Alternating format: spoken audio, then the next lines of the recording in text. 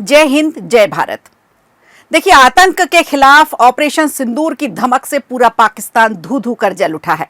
48 घंटे यानी मात्र 2 दिन में ही पाकिस्तान की कमर टूट गई। लाहौर से लेकर कराची तक पाकिस्तान बुरी तरह से दहल गया है। पाकिस्तान के सारे सुरक्षा कवच एक एक करके ध्वस्त होते चले गए। पाकिस्तान का हवाई हमलों की चेतावनी देने वाला आवाक्स भी तबाह हो गया। 1971 के बाद भारत ने अब सीधी लड़ाई की है, लेकिन वो कहते हैं ना कि छेड़ोगे तो छोड़ेंगे नहीं। वही हाल हुआ है पाकिस्तान का।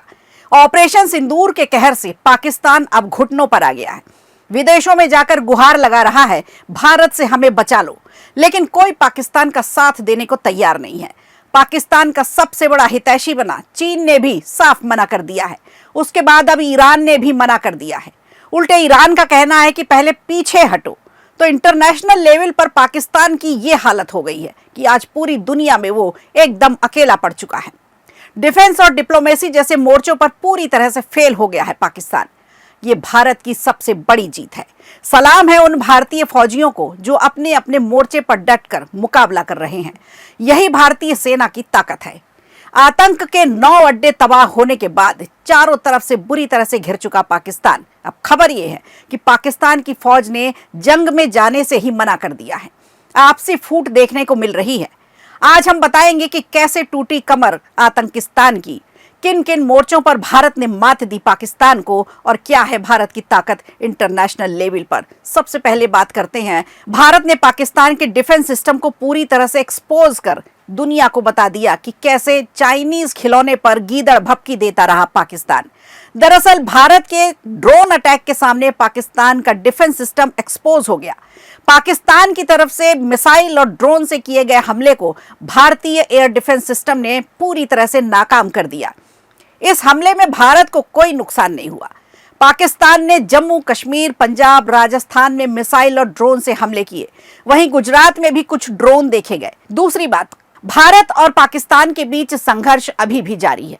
इस बीच पूर्व पेंटागन अधिकारी माइकल रूबिन ने बड़ा बयान दिया है। उन्होंने कहा है कि इस मुद्दे के कूटनीतिक समाधान का केवल एक ही पैमाना हो सकता है, और वो है पाकिस्तान को आतंकवाद को प्रायोजित करने वाला देश नामित कर देना चाहिए, घोषित कर देना चाहिए।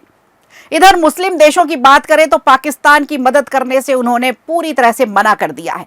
पाकिस्तान को उम्मीद थी कि पूरी इस्लामिक कंट्री उसके साथ खड़ी होगी, लेकिन भारत से कोई भी संबंध खराब नहीं करना चाहता, इसलिए कोई भी पाकिस्तान के साथ खड़ा नहीं है।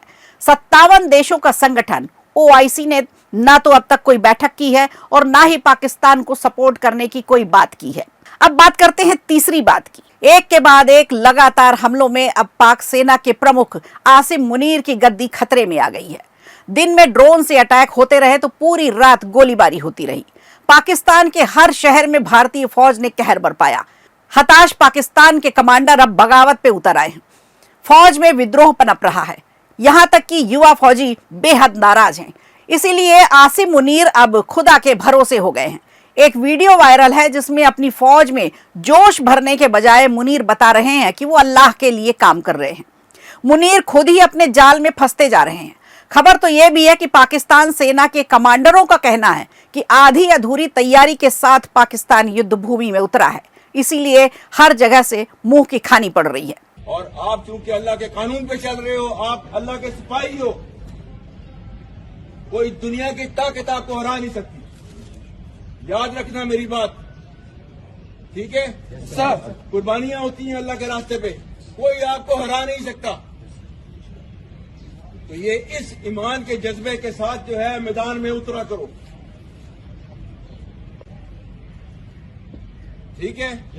पाक फौज पूरी हर वक्त जो है आप लोगों के साथ है, ठीक है? और हमें फख्र है अपनी पुलिस के ऊपर और अपनी लॉ एनफोर्समेंट एजेंसीज के ऊपर। केपी पुलिस जिंदाबाद, पाकिस्तान आर्मी जिंदाबाद, पाकिस्तान जिंदाबाद, गुड शाबाश, पाकिस्तान जिंदाबाद, पाकिस्तान जिंदाबाद, पाकिस्तान जिंदाबाद। और अब बात करते हैं चौथी बात यह है कि पाकिस्तान गले तक करोड़ों के कर्ज में डूबा हुआ है।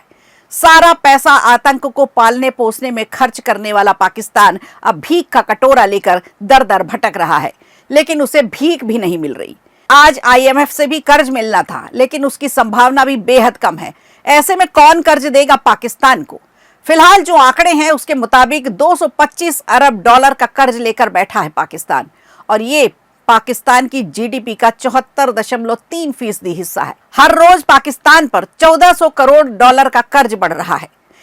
आपको बता दें, पिछले 10 सालों में पाकिस्तान की औसत महंगाई दर 10.5% रही। फिलहाल IMF से 37 अरब डॉलर के कर्जे में थोड़ी बहुत अर्थव्यवस्था जो संभली थी, वो भी युद्ध में जलकर खाक हो रही है। पाकिस्तान को समझ नहीं आ रहा है कि अब वो कैसे भारत का मुकाबला करे। फिलहाल तो वहां के लोग ये भी कहने लगे हैं कि हम भारत के कब्जे में हैं, और यकीन जानिए उनके चेहरे पे दुख नहीं, खुशी है। सच तो ये है कि ये इंसानियत की लड़ाई है, धर्म और अधर्म के बीच का युद्ध है, और इसमें जीत हमेशा से सच की होती आई है, और इस बार भी सच की ही जीत होगी। यही वजह है कि दुनिया भर ने पाकिस्तान से मुंह मोड़ लिया है। वीडियो अच्छा लगा हो तो लाइक कीजिए, शेयर कीजिए और कमेंट बॉक्स में हमें जरूर बताइए।